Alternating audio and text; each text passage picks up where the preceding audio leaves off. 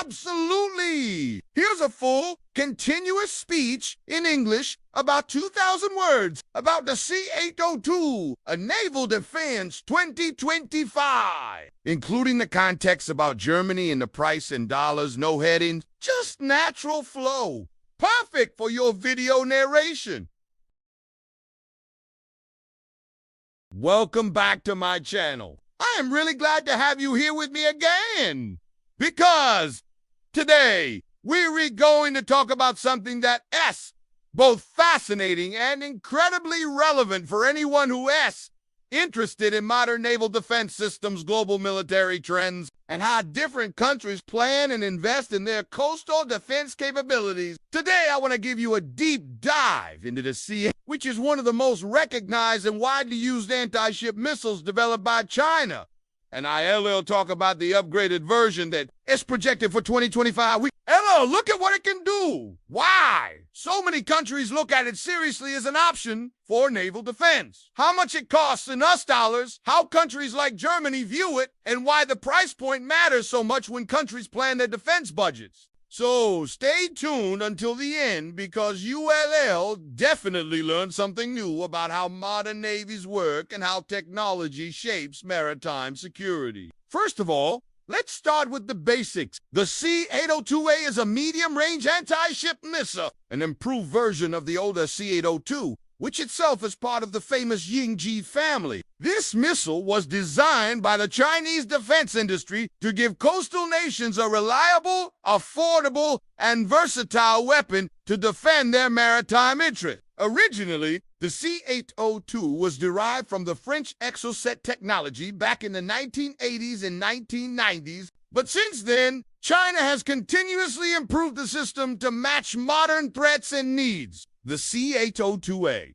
the modern version we're talking about today, pushes that technology even further. Its range, accuracy, warhead power, and electronic countermeasures have all been upgraded to meet the demands of 21st century naval warfare. The missile itself is about 6 meters long and weighs around 700 kilograms, which makes it compact enough to be launched from various platforms. It can be installed on medium and large warships, fast attack craft, or even on coastal defense trucks that can be hidden along the shorelines. Some versions have been adapted to be fired from aircraft or helicopters with proper modifications, making it a flexible and potent tool for any navy that wants to strengthen its coastal defenses without breaking the bank. One of the biggest selling points of the C-802A is its cost. A single C-802A missile costs about $1 million per unit. This makes it much cheaper than Western alternatives like the American Harpoon or the European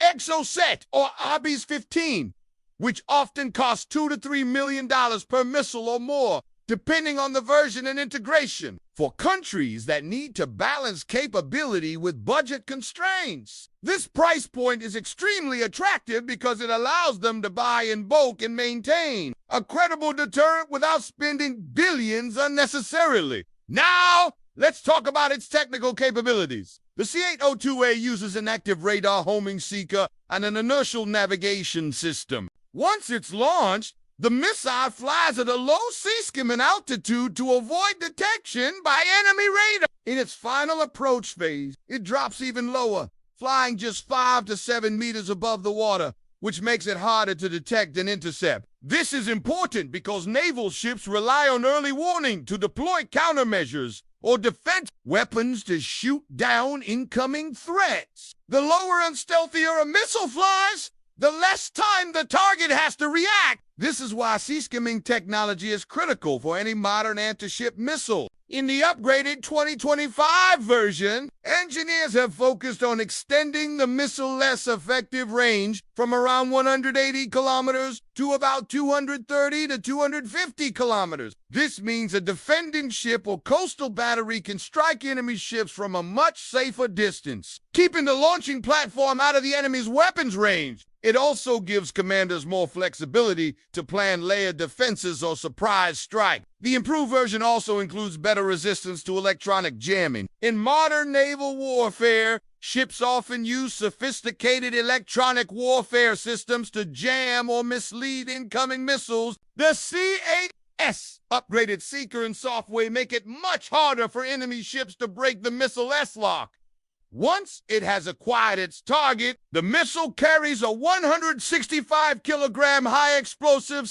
This warhead is designed to punch through the hull of small to medium warships like corvettes, frigates, or even larger ships if it strikes critical areas such as the engine room, ammunition, storage, or command center. One direct hit from a missile like this can disable or sink a warship, or at least force it to retreat for repairs, which can shift the balance in a naval skirmish almost instantly. When countries think about coastal defense, price is always a factor, but so is the ability to deploy the system flexibly. The C-802A is simple to maintain compared to some Western missiles, with a robust design and parts that can be serviced without needing to send everything back to the manufacturer. Many countries that operate the C-802A have also signed technology transfer deals with China so they can assemble or even partially produce the missile locally. This lowers costs over the system's lifetime and creates local jobs and technical expertise, which is very attractive for developing navies. Now let us take a look at why a country like Germany might even look at a missile like this.